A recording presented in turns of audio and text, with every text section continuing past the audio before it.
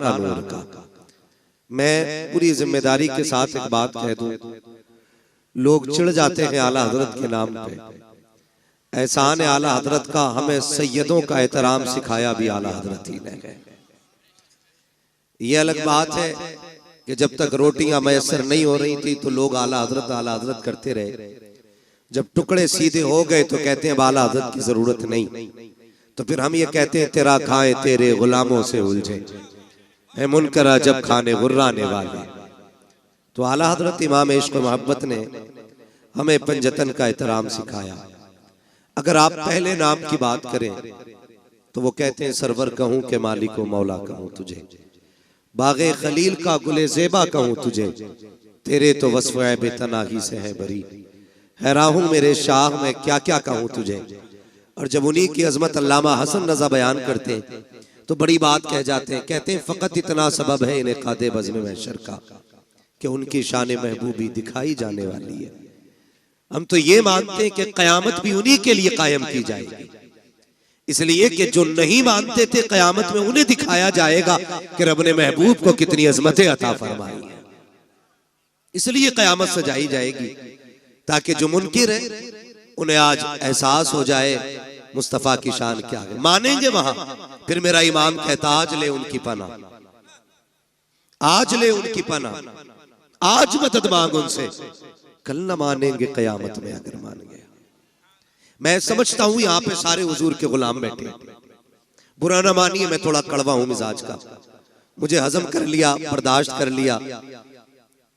आजाद भाई और इनके कमेटी के लोगों ने, हर किसी को हजम भी नहीं होता क्योंकि बात जो कड़वी लगती है मैं मुंह पे कह ही देता हूं।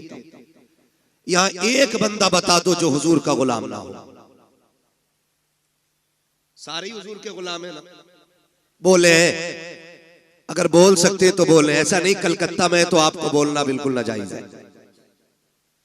सारे हुजूर के गुलाम है ना? सारे गुलाम है ना? बूढ़े जवान बच्चे सारे गुलाम है ना? तो फिर मैं हाथ जोड़ के कहता हूं किसी बच्चे को हकीर समझ के धक्का न देना, इसलिए कि बच्चे ने भी उसी नबी का कलमा पढ़ा है जिसका कलमा तूने और मैंने पढ़ा है।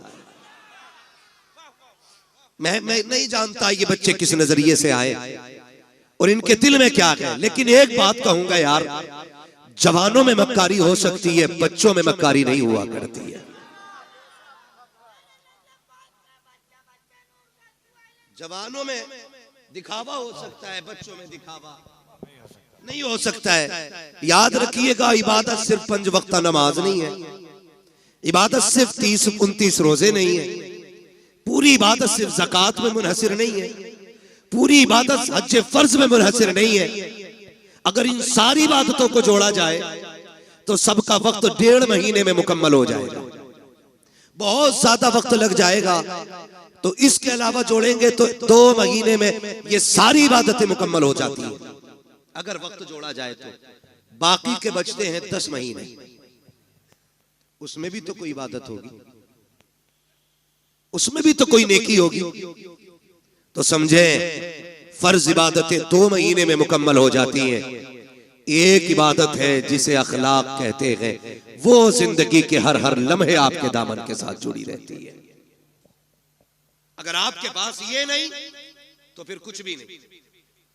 मेरी बात कान खोल के सुन लीजिएगा, अगर अखलाक तल्ख है, अगर लहजों में कड़वाहट है, अगर ख्याल में गुरूर और घमंड है, तो फिर अल्लाह इबादतें मुंह पे मार देगा।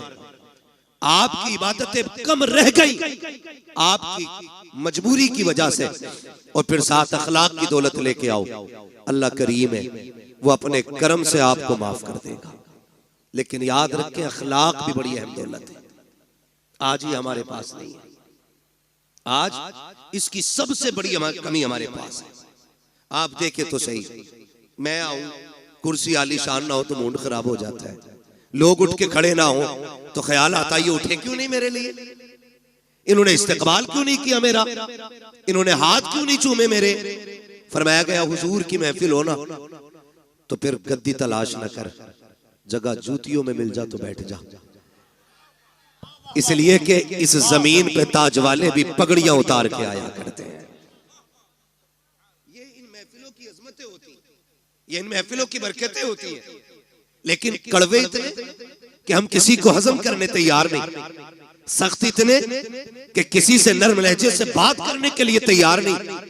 ओ भाई, जिसे कोई मुंह ना लगाया करे उसे तुम मुंह लगा लिया करो। इसलिए फरमाया गया जो किसी का टूटा दिल जोड़ देगा अल्लाह उसे बेहिसाब जन्नत अता फरमा देगा। यार अच्छों से तो सब बात करते हैं ना, जिनके लहजे खूबसूरत होते हैं उन्हें तो सब सुनना चाहते हैं, जिनकी बातों में मिठास होती है उन्हें तो हर तरह बर्दाश्त किया जाता है। मजा तो तब है ना जब किसी ऐसे से बात की जाए जिससे कोई बात करने तैयार ना हो। और ये अखलाक की दौलत हमें हुजूर की चौखट से मिलती है, हुजूर की चौखट से मिलती है। एक जवान कान खोल के मेरी बात सुने, शायद मैं फ्री में जन्नत ना बांट सकूं, इसलिए कि मुझे पता है जन्नत इतनी सस्ती भी नहीं जितनी समझ रखी है। जन्नत सस्ती होती तो बिलाल कोड़े न खाते, जन्नत सस्ती होती तो करबला में 72 शहीद ना होते, जन्नत सस्ती होती तो हुजूर के चचा कलेजा निकलवाते। जन्नत मुश्किल है, तभी तो इतनी कुर्बानियां दीन के लिए दी गई है। कान खोल के मेरी बात सुन लेना मेरे भाई, बस ये सोच के ना सुनना आज तक मोबाइल में सुना, आज मुंह देख ले बंदा कैसा बोलता है। मैं कुछ भी नहीं, हकीकत ये है कि ये नाज ये अंदाज हमारे नहीं होते, झोली में अगर टुकड़े तुम्हारे नहीं होते, मिलती ना अगर भीख हुजूर आपके दर से, इस शान से मंगतों के गुजारे नहीं होते।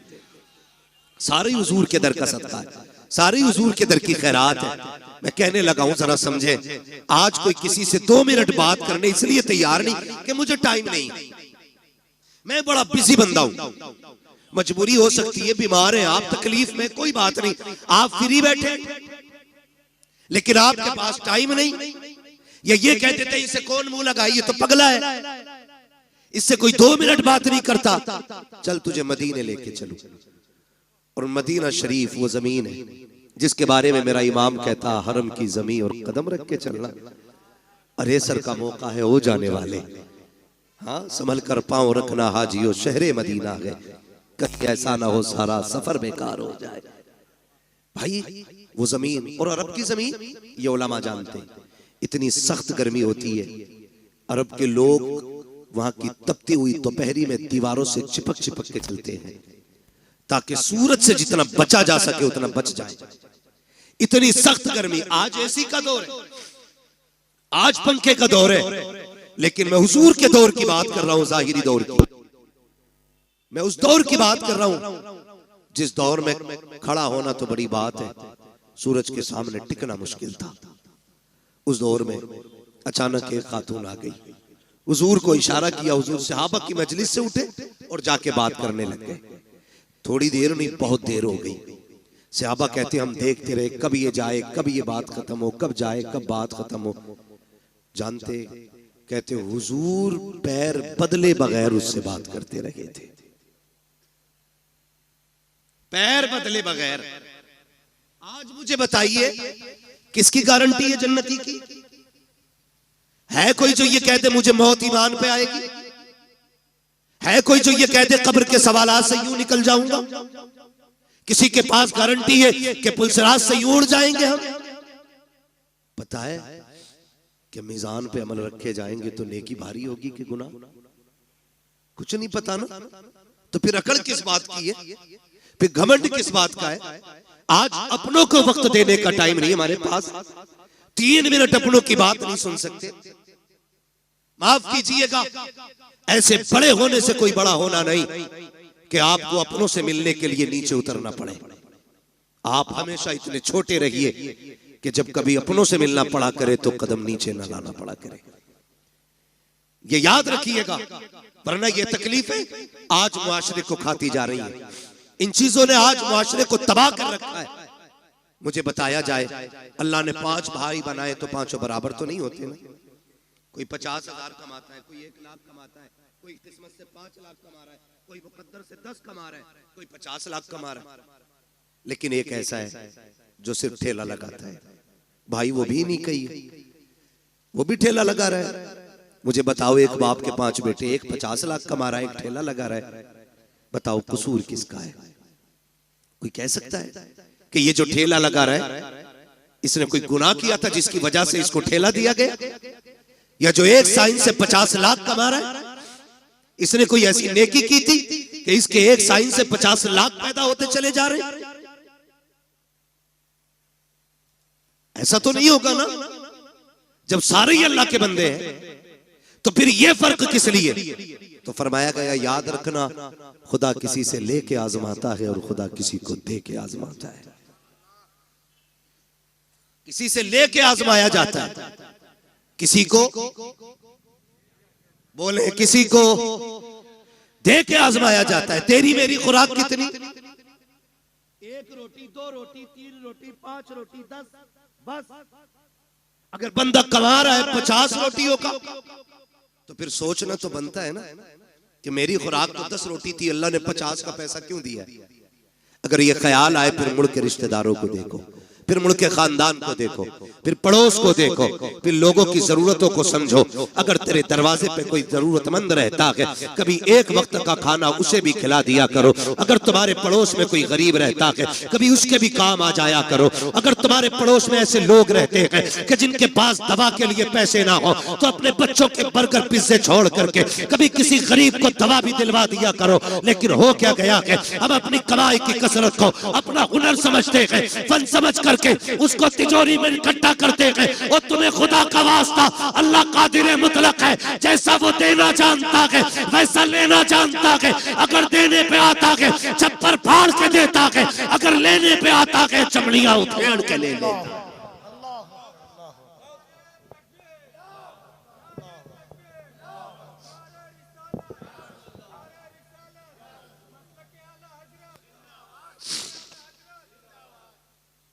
ये सबसे ज्यादा जरूरी है कि हम अपने पड़ोसी के दर्द को समझें,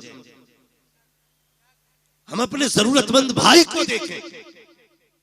कसम खुदा की ये बहुत बड़ी नेकी थी, लेकिन नहीं जी, आज तो बोटी अपने घर खाता है और खिलाल पड़ोसी के सामने जाके करता है। क्यों? कि आज पाए तोड़ के आ रहा हूं, आज पाए तोड़े, आज मैंने चिकन खाया, आज मैंने मटन खाया। इस्लाम क्या कहता है? मेरे नबी ने फरमाया तुम्हें इजाजत नहीं है कि तुमने अगर हड्डी वाला गोश्त खाया हो तो अपने दस्तरखान की हड्डी अपने दरवाजे पे डालो। कहीं ऐसा ना हो तुम्हारे पड़ोस में कोई गरीब रहता हो और उसके बच्चों की निगाह हड्डियों पे पड़ गई और उनका दिल अगर कह गया काश हम भी गोश्त खाते, और बच्चों के बाप की हैसियत नहीं हुई गोश्त खिलाने की, तो फरमाया गरीब का दिल टूट जाता। हमारा इस्लाम तो पड़ोसियों के सामने हड्डी डालने की इजाजत नहीं देता। हम तो खिलाल इसलिए करते हैं ताकि मेरे चर्चे होने चाहिए, इसके दस्तरखान का आला खाना होता है, इसके बच्चे अच्छे से अच्छे खाया करते हैं। और तुम्हें खुदा का वास्ता हुजूर के दिए हुए दीन को समझने की कोशिश करें, पहचाने हमारा तरीका क्या होना चाहिए। आज हालात ये है कि नामवरी के लिए हम करोड़ों रुपए बेटों की शादियों में तो उड़ा दिया करते हैं, लेकिन जरूरतमंद लोग जाकर के हॉस्पिटल में देखो 2-2 रुपए की दवा के लिए तरसते रहते हैं। काश उन्हें वक्त पे पैसा मिल जाता, शायद किसी को हार्ट की गोली मिल जाती, किसी का ब्रेन हेमरेज होने से बच जाता, किसी की किडनी बच जाती। लेकिन करे क्या, हमें सिर्फ अपना नजर आया, इसलिए कौम का बेड़ा गर्क होता जा रहा है। और हमने सारी जन्नत सिर्फ मस्जिदों में जाके ढूंढी है। और तुम्हें खुदा का वास्ता मस्जिदों में भी जाया करो, लेकिन कभी कभी हॉस्पिटल चले जाया करो। हो सकता है तेरे 100 रुपए से किसी गरीब की जान बच जाए। खुदा की कसम, अगर ऐसा हो गया काबे वाला भी राजी हो जाएगा, मदीने वाला भी। नारे तकबीर, नारे रिसालत, फैज़ाने पंजतन कॉन्फ्रेंस। सुभान अल्लाह। ये एक रस्म चल रही है, और अगर पहली बात तो करते ही नहीं, और करते भी हैं तो जलील करते हैं, जलील करते हैं, जलील। मैं 2-3 फोन मोहम्मद अली भाई आए कि आपको बुलाना चाह रहे हैं। क्यों? कहा हम इज्तिमाई शादी करेंगे इस बार। इज्तिमाई शादियां करें, अच्छी बात है, लेकिन कुछ अगले ही दिन ना, जिस दिन इज्तिमाई शादी थी, फोन पे अब तो सारी खबरें चलती, फोटो आ गया अखबार, 20 बच्चियां दुल्हन बनी, उन 20 बच्चियों के फोटो थे। मैं पूछना चाहता हूं, ये जो इज्तिमाई निकाह की लोग रस्में करते हैं ना, रस्में क्यों? ताकि किसी गरीब का भला हो जाए, यही तो नियत होती है। बोले हैं और होनी भी चाहिए, लेकिन आप फोटो देखो ना, कसम खुदा की एक बच्ची का मुंह पर नहीं था उठा। आप हमें बताएं कभी किसी गरीब को जलील करने से पहले हमें ये ख्याल क्यों नहीं आता कि इसी लाइन में कल मेरी बेटी भी तो हो सकती है। आज जो ये गरीब लड़के दूल्हा बने हैं, इसमें मेरा बेटा भी तो हो सकता है। क्यों नहीं सोचते हम? अल्लाह के लिए बईद नहीं। समझे जरा, सोचे, अल्लाह कादिर मुतलक है।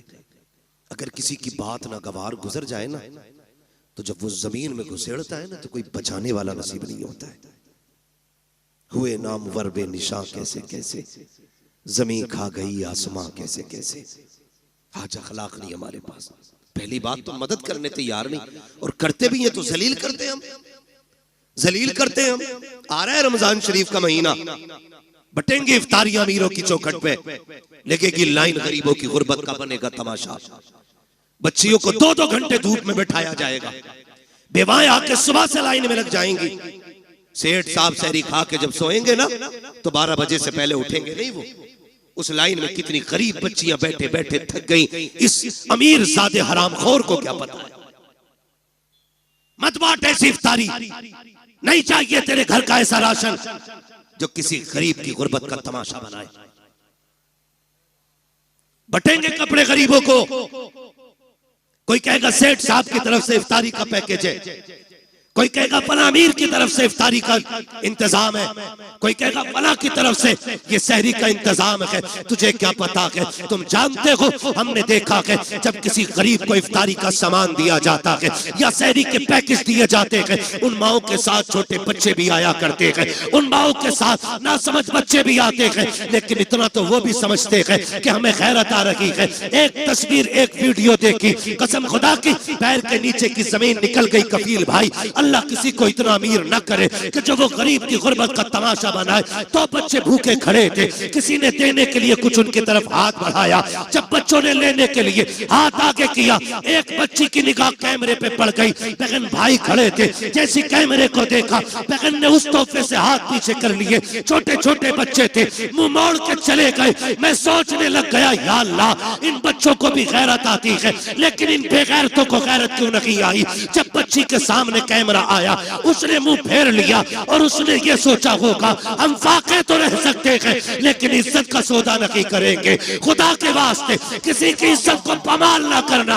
अगर देना है रात के अंधेरे में देना, अल्लाह तेरी कब्र के अंधेरे को उजाले में बदल डाले। अरे बहुत अच्छा मुफ्ती साहब, वाह वाह वाह वाह वाह वाह वाह। नारे तकबीर, नारे रिसालत, फैज़ाने पंजतन कॉन्फ्रेंस। सलामत रहो आप लोग। मैं एक बात कहना चाहता हूं, हम नेकी करते तो तमाशा बनाते। चलो फैजान पंजतन कॉन्फ्रेंस है। इमाम हसन रज़ी अल्लाह ताला अन्हु को जब गुस्ल दिया गया, आपकी जब कमीज उतारी गई, तो आपकी कमर पे, पुश्त पे, ये पीठ पे, मतलब पीठ पे आपकी ना काले निशान थे, काले धब्बे। लोग बातें करने लग गए, ये तो बड़े शहजादे, ये तो नूर वाले लोग हैं, कमर पे काले धब्बे क्यों? जब ये बातें हुई ना, तो आपके गुलाम थे, कहने लगे वादा किया था आका ने कि किसी से बताना मत, लेकिन आज इज्जत की बात आ गई तो बोलना पड़ रहा है। कहा तुम बताओ। कहा इल्जाम न देना, गलत न सोचना, ये कोई ऐब के धब्बे नहीं, ये वो धब्बे जब सारी दुनिया सो जाती थी तो इमाम हसन नाज की बोरी कमर पे रख के यतीमों के दरवाजे पे पहुंचाने के लिए जाया करते थे। और आपके विसाल के बाद ये राज खुला कि 100 बेवाओं का चूल्हा इमाम हसन के दरवाजे से चला करता था। 100 यतीमों का चूल्हा इमाम हसन की चौखट से चलता था। एक दिन ना आपके शहजादे ने कहा अब्बा ये बोरी मैं पहुंचा दूं।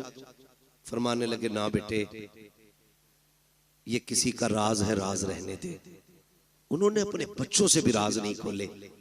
आज हम तमाशे बना देते हैं, तमाशे बना देते, जलील करते हैं। पैगंबर का अखलाक देखें, हुजूर के इस अखलाक ने पूरी दुनिया में इनकलाब पैदा किया। आज भी कसम खा के कहता हूं, मैं खुल के कहता हूं, हमारी नमाजें देख के कोई मुसलमान नहीं होगा, हमारे हज देख के मुसलमान नहीं होंगे लोग। हमारी ज़कात देख के मुसलमान नहीं होंगे। अगर अखलाक हुजूर वाले हो जाएं तो आज भी लोग कलमा पढ़ना शुरू कर देंगे। आज भी अखलाक की जरूरत है, अच्छे अखलाक की, जो हमारे बीच नहीं है। ये मत समझना मैं नमाज को हल्का कर रहा हूं। मैं नमाज ये कहना चाह रहा हूं नमाज पढ़ो ना पढ़ो, नहीं, नमाज दीन का सतून है। ये कर्ज है, ये तो पढ़नी है, ये तो हर हाल में अदा करनी है, ये तो पढ़ के ही मरना है। मगर साथ जो करना है ना, वो ये भी रखना है। अखलाक बड़ी चीज है। कसम खा के कहता हूं, माफ कीजिए, मैयतें होती हैं यहाँ, बोले डर क्यों रहे हो, कहोगे हाँ तो मर थोड़ी जाओगे। लोग मरते हैं कि नहीं? देखे जनाजे, आपने देखा होगा जब बंदा मर जाता है घर के आगे कुर्सियां पड़ती, बीच में कुर्सी यतीमों के चचा की होती है। चचा होता है तो ताऊ की होती है, बीच में कुर्सी डाल के बैठता है। लोग आते ताजियत के लिए। माफ कीजिएगा बहुत कड़वा बोल रहा हूं, शायद आपके मिजाज के मुताबिक ना बोल रहा हूं, लेकिन मेरा उसूल है, मैं आईना हूं, दिखाऊंगा दाग चेहरे के, जिसे खराब लगे सामने से हट जाए, मसला ही कोई नहीं। आज हमारी कंडीशन ये है, जब कोई यतीम हो जाता है तो सगा चचा यतीमों का कुर्सी डाल के बैठता है। इधर यतीम बेटी बैठी होती है, इधर यतीम बेटा बैठा होता है, और यूं गले में हाथ डाल के आज बैठा है, तसल्ली दे रहा है उसको, तसल्ली दे रहा है। लोग आके कहते हैं, लोग कहते हैं ये बच्चे मरने वाले थे, तो बच्चे आने वालों का मुंह देखते हैं, फिर रोने लग जाते हैं। फिर चचा हाथ रख के कहता ना, बाप चला गया है, चचा मौजूद है। बहुत अच्छे लगे ये वादे, बहुत अच्छे थे ये लहजे। जब कभी यतीम का माथा चूमा जा रहा था, जब कभी यतीम को सीने से लगाया जा रहा था, लेकिन किसे पता था कि ये सिर्फ दिखावा है, ये सिर्फ नामो नमूद है। आज तीजा है, इसलिए चचा की करबट में यतीम बैठा है। आज 40वां है, इसलिए चचा की गोद में यतीम बैठा है, ताकि रिश्तेदारों को पता चल जाए ये जो भाई है ना, ये अपनों से बड़ा प्यार करता है। लेकिन 40वें के गुजरने की देर होती है, जब वही यतीम बच्चे अपने घर की भूख की शिकायत लेकर के, अपने चूल्हे की ठंडे होने की शिकायत लेके सगे चचा के दरवाजे पर आते हैं और सगे चचा से कहते हैं, चचा आज 3 दिन हो गए घर में कुछ पका नहीं है, माँ दाल रोटी बनाती रखी है, आज चचा दाल भी खत्म हो गई है। पहली बार चचा दे देता है, दूसरी बार दे देता है, लेकिन जब तीसरी बार यतीम आके कहता है चचा आज 3 दिन से कुछ नहीं खाया है, फिर यही चचा कहता है कि मैं तुम्हारे लिए तो नहीं कमा रहा हूँ, कहाँ से लेकर के आऊं। और कई बार तो इतने जालिम होते हैं भाई, जो सगे भतीजों से कहते हैं तुम्हारा बाप मर गया, तुम्हें हमारे ऊपर छोड़ के चला गया है, खुदा के वास्ते कभी यतीमों को ताने ना देना, अगर देने हो तो कभी गले से ना लगाना, इसलिए कि हम जानते हैं यतीम गैरत वाले होते हैं। ये जो तुम्हारे दरवाजे पे आते हैं इसलिए नहीं आए कि इन्हें बेगैरती लेकर के आई है, ये तो इसलिए चले आए तूने उस दिन सर पे हाथ रख के कहा था भतीजे कभी जरूरत पड़ जाए तो दरवाजे पे आना, कभी कमी महसूस हो बाप की तो मुझे आवाज दे लेना। आज धक्के ना दे, या तो कल सीने से ना लगाता, या आज धक्के ना दे, तुझे क्या पता यतीमी का दर्द क्या होता है, तू क्या जाने बाप की जुदाई का दाग क्या होता है। उनसे पूछो जिन्होंने बाप को कब्रिस्तान पहुंचा दिया है। खुदा की कसम जब ईद आती है जमाना हंसता है, यतीम रोया करते हैं। जब बकरीद आती है जमाना मुस्कुराता है, यतीम रोया करते हैं। खुदा की कसम सेहरा बंधना बड़ी बात है, अगर बाप ना हो जमाना मुस्कुराता है, यतीम रोया करते हैं। तुम्हें क्या पता यतीमी दाग क्या है, यतीमी कहते किसे है। आज तुझे कहानी बताऊं, मुस्तफा जाने रहमत का दौर है, ऐलान नबुव्वत का इब्तदाई हिस्सा है। आक़ा करीम ने ऐलान नबुव्वत किया है, अल्लाहु अकबर, इस्लाम हक्कानियत की बुनियाद पर फैल रहा है। उसी दौर में मक्के की धरती पर हाल ये था कि जहां जमीन भी पत्थर की थी, लोगों के दिल भी पत्थर के थे, कोई किसी के दर्द को समझने तैयार ना था, हालात बड़े नागुफ्ता भी ही थे। उसी दौर के अंदर एक बच्चा खुदा की कसम अपनी माँ के पास जाके कहता है अम्मी अब मैं समझदार हो गया हूँ, तू बेवा है मैं यतीम हूँ, देख तेरे बदन पे जो लिबास है ना ये इतना फट गया है अम्मी कि मुझे देखते हुए हया आती है, इस पे पैबंद लगा ले। माँ ने कहा था बेटे जब से तेरा बाप गया है मुश्किल से खाना मिलता है, दोपहर खा लिया तो शाम न की, शाम खा लिया तो दोपहर न की, बेटे पैबंद का कपड़ा कहाँ से लाऊं। जब बच्चे ने इतना सुना कहता अम्मी इजाजत दे तो मैं चचा के दरवाजे पे न चला जाऊं। उसने कहा बेटे ये मक्का है, यहाँ किसी को किसी के दर्द से मतलब नहीं है, ना जा, वहां से रोने के सिवा कुछ नहीं मिलेगा, दर्द मिलेगा और कुछ नहीं मिलेगा। बच्चा ने कहा माँ हो तो सकता है कि कभी मुझे देख के उसके सीने में भाई की मोहब्बत जाग जाए, ये भी तो हो सकता है मेरे चेहरे को देखे तो मेरे बाप की याद आ जाए। अम्मी इजाजत दे। माँ ने ना चाहते हुए भी बच्चे के इसरार पे बच्चे के सर पे हाथ